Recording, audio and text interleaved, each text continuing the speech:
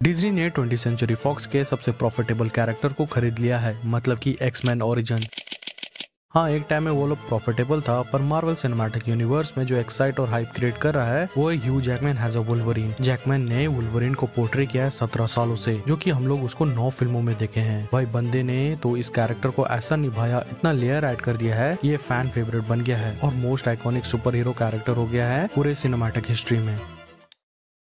दूसरी तरफ डिज्नी और मार्वल प्लान कर रहा है कि धीरे धीरे एक्समैन को एमसीयू में इंट्रोड्यूस करेगा, और एक्समैन में सिर्फ वुल्वरीन ही एक ऐसा कैरेक्टर था जो सबसे ज्यादा सक्सेस हुआ था। तो पॉसिबिलिटी है कि डिज्नी एंड मार्वल जैकमैन को मना ही लेगा अपने कैरेक्टर के लिए। लेकिन ह्यू जैकमैन को मनाना कोई बच्चों का खेल नहीं था, और ये काम एक ही बंदा कर सकता है, ये रयान ने जैसे ही अपने आइकॉनिक कैरेक्टर को सेटअप किया, और उसे भी 10-11 साल लग गया, पर जैसे ही वो सेटअप हुआ वो ह्यू जैकमैन के पीछे पड़ गया। लेकिन 2017 की लोगन में जैकमैन के कैरेक्टर वुल्वरीन को एक परफेक्ट फेयरवेल के साथ खत्म कर दिया फॉक्स मार्वल यूनिवर्स को भी, लेकिन रयान हार नहीं माना। फिर सितंबर 2022 को दोनों ये कंफर्म करता है कि टाइम ट्रैवल एक मेजर फैक्टर प्ले करेगा वुल्वरीन के लिए, और 2029 की लोगन फिल्म के टाइमलाइन को छेड़े बिना ये होगा। रही बात वुल्वरीन कौन से टाइमलाइन का होगा, तो वो है 2013 में आई फिल्म द वुल्वरीन से, क्योंकि अगर तुम लोगों ने ये फिल्म देखा होगा तो उसके क्रेडिट सीन में वुल्वरीन को एक कॉस्ट्यूम मिलता है सेम जैसा जैसे कॉमिक्स में था, और हैरानी की बात यह है कि सेम टाइम का कॉस्ट्यूम डेडपुल एंड वुल्वरीन में दिखा था। पर यहाँ पे बात कॉस्ट्यूम पे खत्म नहीं होता है। लोगन का जैसा हेयर स्टाइल दिख रहा है द लोगन फिल्म में था, एंग्री ईगो टाइप कैरेक्टर, और लुक वाइज भी सेम ही लग रहा है इसमें। कुछ थ्योरी ये भी बोल रहा है कि वो द मार्वल्स के क्रेडिट सीन में जो यूनिवर्स दिखा था वहाँ से भी हो सकता है। तुम लोग क्या लगता है कमेंट्स में बताओ। पर जिसने भी ये दोनों कैरेक्टर को एक दूसरे को इतना पसंद करते हुए नहीं देखा है, तो मैं उसे रिकमेंड करूंगा कि एक्समैन ओरिजिन देख लो, सब क्लियर हो जाएगा। उसके बाद डेडपुल देख लेना जहाँ पे वेड विल्सन डेडपुल बनता है, फिर वापस से 2017 की लोगन देख लेना जिसमें एक्समैन का एंड हो जाता है। बहुत ही कॉम्प्लिकेटेड टाइमलाइन था वुल्वरीन का फ्यूचर का। उसके बाद डेडपुल 2 देख लेना, बट जैसे ही रयान ने इस वीडियो में बोला है कि लोगन फिल्म से वो दूर रहेगा, तो डेडपुल एंड वुल्वरीन का फिल्म का टाइमलाइन सेकंड मेजर फैक्टर है फिल्म के लिए, और ये फिल्म में ही पता चलेगा।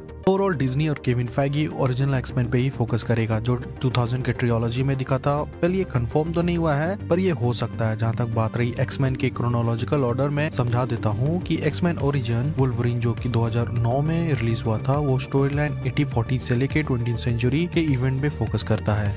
सेकंड है एक्समैन फर्स्ट क्लास, और इसका स्टोरी लाइन 1960s पे बेस्ड है, जहाँ पे हम लोग चार्ल्स एक्सेवियर और एरिक कैसे प्रोफेसर एक्स और मैग्नेटो बना उस पे फोकस करता है। और एक्समैन की पहली trilogy X Men, X Men United, X Men the Last Stand, जहाँ पे ये ट्रियोलॉजी फ्यूचर के स्टोरी लाइन को दिखाता है, और उसे सबसे पहले रिलीज किया, जहाँ पे सारे म्यूटेंट एक्समैन बन चुके हैं और वो म्यूटेंट मिशन के लिए रेडी रहते हैं, और उसे लीड करता है प्रोफेसर एक्स, और मैग्नेटो लीड करता है ब्रदर ऑफ म्यूटेंट को। सिर्फ फर्स्ट और सेकंड पार्ट में स्टोरी लाइन ये दोनों के प्रॉब्लम्स पे फोकस किया, लेकिन एक्समैन द लास्ट स्टैंड में जेन के पावरों पे फोकस करता है, जिसे पूरी दुनिया को खत्म करने की ताकत रखती थी।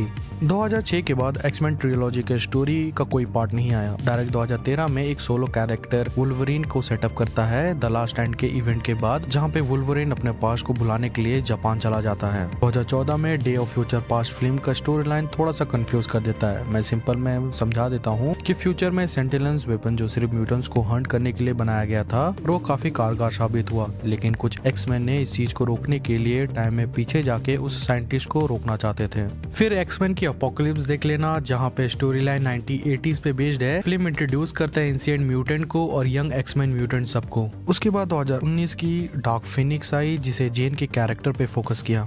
फिर 2017 में आया लोगन, जो पूरी दुनिया को ऐसा दिखाया जैसे सब कुछ धीरे धीरे खत्म हो रहा है, जहाँ पे कुछ ही म्यूटेंट्स बचा है और कुछ म्यूटेंट डीएनए के थ्रू बनाया गया है, और उनमें से होती है लॉरा X-23। इसको प्रोटेक्ट करने के चक्कर में प्रोफेसर और लोगन मारा जाता है। अब इस फ्रेंचाइज को डीप में जाके देखोगे तो ये अटेंशन ग्रैब फ्रेंचाइज नहीं है, जैसे कि तुम Deadpool 2, X Men Apocalypse, Dark Phoenix, ये लोग टाइमलाइन सही साल में रिलीज कर देता तो शायद अच्छा था। 2006 के बाद इस पे फोकस करना चाहिए था, पर ऐसा नहीं हुआ। 20th सेंचुरी फॉक्स इस यूनिवर्स के अल्टरनेट टाइमलाइन को क्रिएट तो किया और उसे आधा में ही छोड़ दिया कुछ प्रॉब्लम्स की वजह से, और सबको पता है प्रॉब्लम्स क्या है। और सच बताऊं तो ये सीरीज कॉम्प्लेक्स हो गया है। ऐसा होना ही था, क्योंकि एक्समैन के सारे म्यूटेंट के कैरेक्टर के पास इतना पावर है कि विलन के बारे में तुम सोच के देखो वो कैसे कॉम्पीट करेगा। एक्समैन अपोकलिप्स में ये प्रॉब्लम था और उसी वजह से पिक्चर फ्लॉप हुआ। रही बात सीरीज की स्टोरी लाइन को समझना है तो उसको मैं नेक्स्ट वीडियो में कवर करूंगा। वेल, जहाँ तक बात रहा वुल्वरीन का, तो ये सबसे इंपॉर्टेंट कैरेक्टर है, और एमसीयू में उसको वैसे ही रखा जाए जैसा ह्यू जैकमैन कैरेक्टर को प्ले किया था।